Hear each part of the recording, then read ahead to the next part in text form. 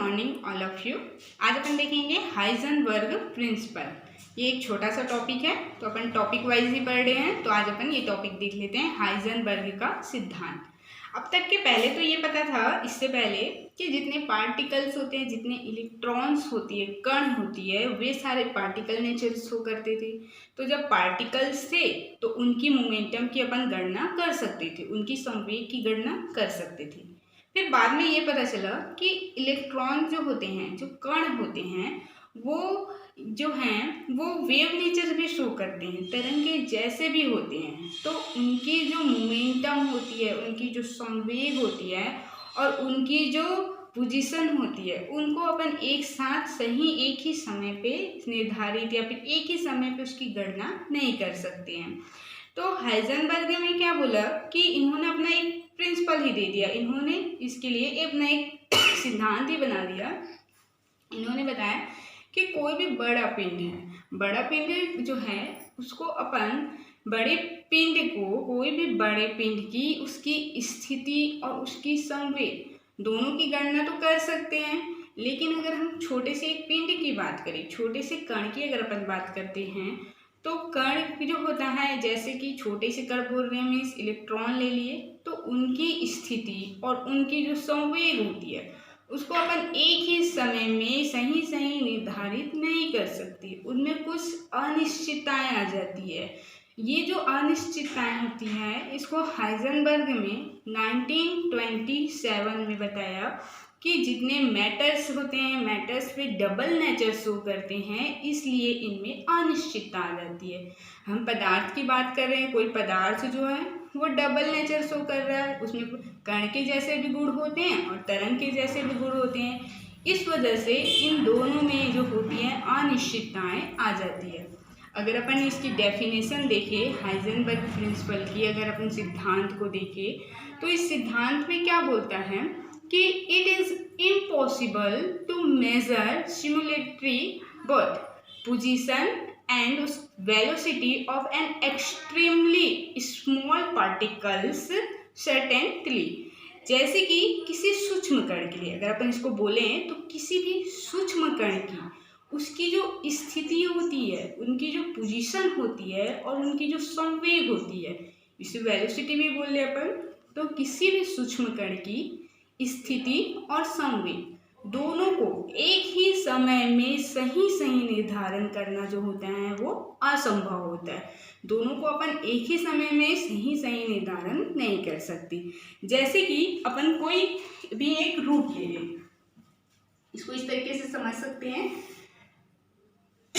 अपन कोई एक रूट ले लिए, इस रूट में एक इलेक्ट्रॉन लिए, यहाँ पे मान लो कि एक इलेक्ट्रॉन ले लिए। ये जो है टी समय में इस इलेक्ट्रॉन की जो पोजीशन होती है, जो उसकी जो स्थिति होती है इस पार्टिकल्स की, वो टी समय में मान लो इसमें ए हो गया, इस टी समय में ये ए हो जाती है।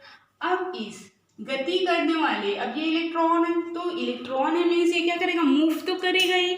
तो जब ये किसी पार्टिकल्स में, इसकी जो टी समय में इनकी पार्टिकल्स अगर ए हो जाती है, अब इनमें मूव करेंगे, तो इस तरीके से ये जो कण होते हैं ये गति करते हैं।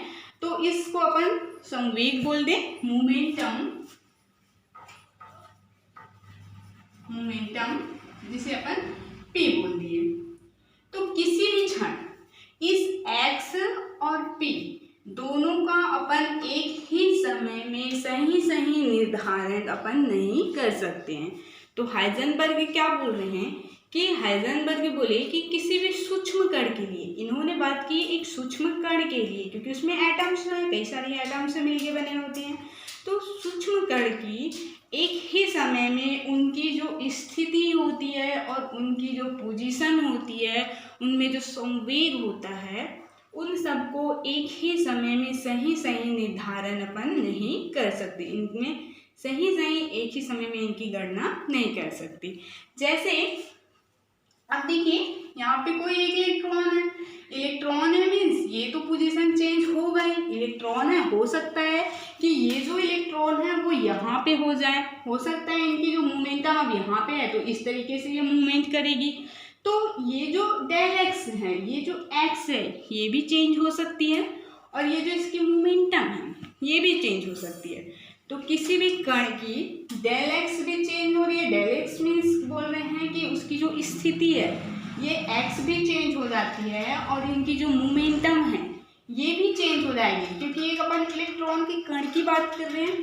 तो यहाँ पे अगर इलेक्ट्रॉन है ये टी समय पे है, हो सकता है ये इलेक्ट्रॉन यहाँ पे आ जाए। अब ये इलेक्ट्रॉन यहाँ पे आया तो इनकी संवेग भी तो यहाँ से स्टार्ट होगी, संवेग भी तो चेंज होगी, तो ये दोनों जो होते हैं वो चेंज हो जाते हैं। तो इसको अपन इस तरीके से लिख दें, del x into del p, दोनों चेंज होते हैं, इनकी जो स्थिति और इनकी जो संवेग है दोनों ही इसमें जो होते हैं वो चेंज हो जाते हैं।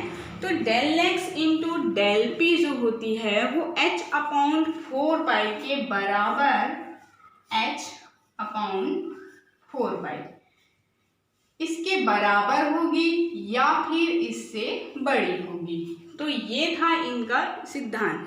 सिद्धांत में बोले जा रहे हैं कि अपन किसी भी p और x के लिए, इस p और x इन दोनों की जो पोजीशन होती है, इन दोनों को सही एक ही समय पे इनकी गणना नहीं कर सकते हैं, एक ही समय पे दोनों को डिफाइन नहीं कर सकते।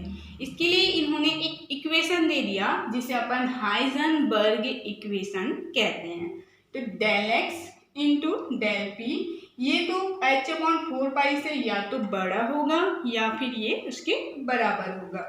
अब यदि हम इसको चेंज कर दें, जैसे कि हमने कहा कि दोनों चेंज होते हैं, अब देखिए दोनों चेंज होते हैं तो डेल एक्स की मान में अगर अपन कमी कर दें या फिर अपन डेल एक्स को एक फिक्स निश्चित कर लें, इनकी इलेक्ट्रॉन है इनकी पोजीशन अपन अगर इसमें निश्चित कर दें तो इनका मान में बढ़ जाएगी, उनकी संवेग जो होती है वो बढ़ जाएगी यदि हम डेल एक्स को कम करते हैं।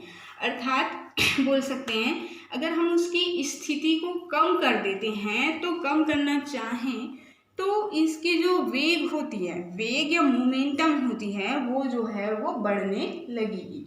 जैसे हमने डेल एक्स को कम किया, डेल एक्स मीन्स बोल रहे हैं उसकी स्थिति, जैसे ही हमने स्थिति को कम कर दिए, अगर कम करना चाहें तो इनकी जो वेग होगी, इनकी जो मोमेंटम होगी उसमें जो होती है मान में बढ़ेगी। तो एक बढ़ेगी एक घटेगी, मीन्स दोनों को अपन एक ही समय में सही निर्धारित या फिर सही इसकी जो गणना हम नहीं कर सकते। ये तो था हाइजेनबर्ग ने। हाइजेनबर्ग की थ्योरी में क्या बदला गया, सिंपल सा है, ये एक छोटा सा सिद्धांत बताया इन्होंने कि कोई भी कण जो है सूक्ष्म कण, उनकी स्थिति और उनकी जो संवेग होगी उन दोनों को अपन एक साथ एक ही समय पे सही जो होती है डिफाइन नहीं कर सकती। दोनों में जो होते हैं del x into del p ये h/4 के से बराबर होगा या फिर इससे बड़ा होगा। इसकी मान अगर अपन कम कर दें, स्थिति को अगर अपन कम करना चाहें तो उनकी जो वेग होती है, उनकी जो मोमेंटम होती है वो बढ़ने लगती है। ये जो हाइजेनबर्ग हैं इन्होंने सिर्फ ये जो थ्योरी बताई, ये जो सिद्धांत बताया, ये सिर्फ स्मॉल पार्टिकल्स के लिए ही है, कोई बड़े से पिंड के लिए नहीं। जैसे कि जहाज़ है तो ये सब उनके लिए नहीं बता रहा है, ये सिर्फ स्मॉल पार्टिकल, जैसे कि चौक ले लिया अपन तो ये क्या है एक छोटे छोटे कण से मिलके बने हुए। तो जितने स्मॉल पार्टिकल्स होते हैं ये सिर्फ और सिर्फ उन्हीं के लिए ही बताता है, किसी बड़े पिंड के लिए ये नहीं बताता है। तो ये जो हाइजेनबर्ग सिद्धांत है ये एक स्मॉल पार्टिकल्स यानी कि छोटे से कण के लिए ही बताएगा, बड़े पिंड के लिए नहीं बनाए। अब देखिए इनकी भौतिक संकल्पना देखिए, अगर अपन इस इलेक्ट्रॉन को देखना चाहें, जैसे हम यहाँ पे बता रहे हैं कि कोई भी इलेक्ट्रॉन है, कोई भी इलेक्ट्रॉन को अगर हम उसकी स्थिति को देखना चाहें, इलेक्ट्रॉन क्या है आपका एक छोटा सा कण है, तो अब छोटा सा कण है तो छोटे से कण को देखने के लिए हमको माइक्रोस्कोप की आवश्यकता होगी। तो यदि हम एक इलेक्ट्रॉन को उसकी पोजीशन में, उसकी ही अपनी स्थिति में अगर अपन उसको देखना चाहें तो उसके लिए हमें माइक्रोस्कोप की ज़रूरत होगी। जब अपन माइक्रोस्कोप से इलेक्ट्रॉन को देखते हैं तो इलेक्ट्रॉन को जब माइक्रोस्कोप से देखेंगे तो कोई भी फोटॉन जो होता है माइक्रोस्कोप से इलेक्ट्रॉन से टकराएगा, टकराने के बाद वो परिवर्तित हो जाएगा, उसी समय ही हमें इलेक्ट्रॉन जो होते हैं वो दिखाई देंगे। जैसे कि इसको अपन डायग्राम से जैसे बता देते हैं, ये ले लिया हमने, एक माइक्रोस्कोप ले लिया, इसको इस तरीके से लिख दे रहे हैं माइक्रोस्कोप। अब यहाँ पे देखिए कोई भी एक इलेक्ट्रॉन है, इलेक्ट्रॉन जो होती है इस तरीके से मूव करती है।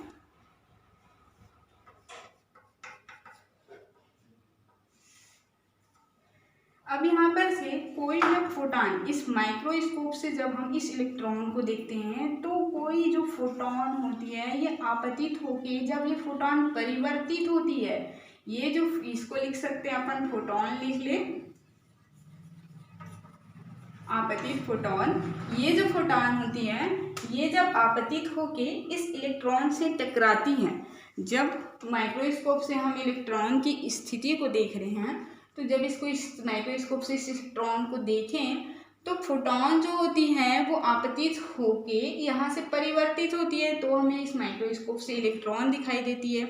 लेकिन जैसे ही इलेक्ट्रॉन, जब फोटॉन जो है वो इलेक्ट्रॉन से टकराएगा तो इलेक्ट्रॉन की जो संवेग होगी, जो उसकी जो वेलोसिटी होगी, उसकी मान में परिवर्तित होकर वो बढ़ जाएगा। ये जो फोटॉन है हम माइक्रोस्कोप से देख रहे हैं, यहाँ पे एक आपका इलेक्ट्रॉन है, ये इस तरीके से फोटॉन जो है इलेक्ट्रॉन से टकराया, तो इलेक्ट्रॉन से ये टकराने के बाद जो होती है इसकी जो वेलोसिटी होती है, इनकी जो संवेग होगी वो जो है परिवर्तित होकर और भी बढ़ने लगती है। तो इनकी जो स्थिति होगी वो इलेक्ट्रॉन इस तरीके से वृत्ताकार में जाता है, सर्कल वाइज मूव करता है, तो ये इस तरीके से ना जाकर वो इस तरीके से इस दिशा में ये जाने लगता है। ये तो थी इनकी भौतिक संकल्पना। भौतिक संकल्पना में क्या बोल रहे हैं अपन कि इलेक्ट्रॉन को अपन देख रहे हैं फोटॉन से, जब फोटॉन इलेक्ट्रॉन से जब टकराता है तो इसमें इलेक्ट्रॉन की जो पोजीशन होती है, इनकी जो संवेग होती है वो परिवर्तित होती है, वो चेंज होकर उनकी संवेग बढ़ जाती है, और जब ये संवेग बढ़ती है तो इनकी पोजीशन चेंज हो जाती है। इलेक्ट्रॉन को इस साइड आना चाहिए था क्योंकि ये इस तरीके से मूव करता है, लेकिन इलेक्ट्रॉन जो होती है वो इस तरीके से एक नए पथ की ओर जो होती है ये मूव करने लगती है। ये तो था आपका हाइजेनबर्ग का अनिश्चितता सिद्धांत। ये आपका बहुत ही छोटा सा टॉपिक है, तो अपन टॉपिक वाइज पढ़ रहे हैं, तो आज की क्लास में बस यही टॉपिक।